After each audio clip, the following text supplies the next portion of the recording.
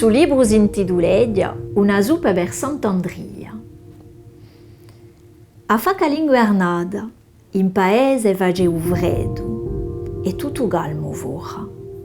Scupitedia u vogu in ogni casa. Accanto a u vugone, i waboni contano e vola i zidilli. Puru i zidilli asenteno che i suoi genitori sono appena in chiedi. Quando la sera è più avanzata, da eso gamere, i senteno parla a voce piana. E rade so quasi viude. A momenti non c'è più nulla da coglio riguarda. Anche gli animali concibiano a sentire la fame. S'appronta un inverno maggerbo, anche le castagne sono poche. O l'indomani mattina, zia Antonietta, anche l'impensierita, guarda i contorni da uso portello. Di colpo si schiarinisce il suo viso. Provvista di un paiolone, di una goccia e di due legne, se ne va verso la casa comune. Costì incende un fugarello, empia a baiola l'acqua e a mette a scaldare. Poi sorte torna a pigliare qualche pedra a mezza macchia. Se ne mette una gadastella in due scorzale rilevata a sacco e presto fatto e lampa in dell'acqua che bolle. I paesani che la vedono così scombattendo guardano la scena mezzi che tristi. «A gorcia di Antonietta, perde appena un gabbo», dice uno. Un zidelletto di 7 anni, Giancarlo, bene posa un culi bippoli accanto a zia Antonietta e uso baiolone. «Cosa fai, o zi?» «On la vedi? Ha pronto una zuppa di pedra». O zidelletto ferma silenzioso. «Ah», continua a zia Antonietta, acaba qualche minuto, «capita che sarebbe più buona con una griuccia di sale». S'arrizza o zidello, poi porta qualche minuto dopo, con in aggiunta a sua mano una griglia di sale. «Teo zi, il fattore che sta accanto mi ha dato appena di sale». Zia Antonietta e Giancarlo vedono di nuovo dentro il baiolone. «Di onde è Lilia?» una zidelletta incuriosita. «Mi, guarda lì, zia Antonietta ha pronto una zuppa di pedra», disse Giancarlo. A zidelletta gabigeia. «Ah», ribiglia zia Antonietta, «capita che sarebbe più buona con appena i cipolla».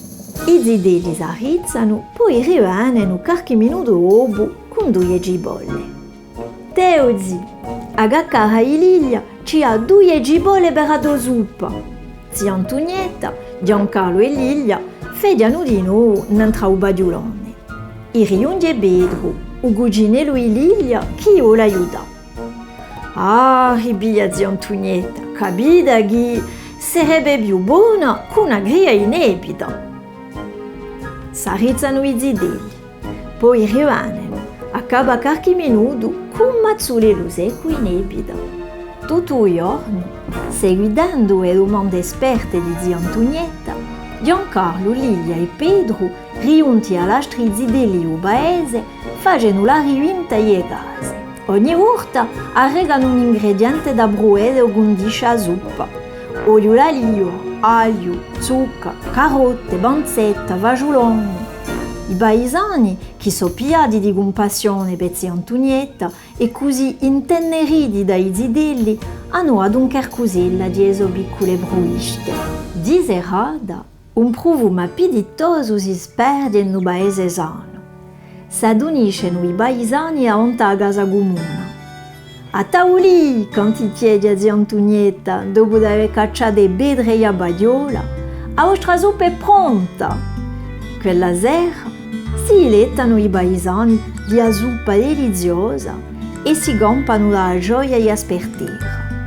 I zidelli volano in giro al fuoco cantando Sant'Andria, Sant'Andria, siamo tutti in allegria, in ne poi è una vita, tutte cose giornate, e non stessa chiederemo, a tutte sana vestiremo, Sant'Andria, Sant'Andria, siamo tutti in allegria. Siamo il 30 di novembre.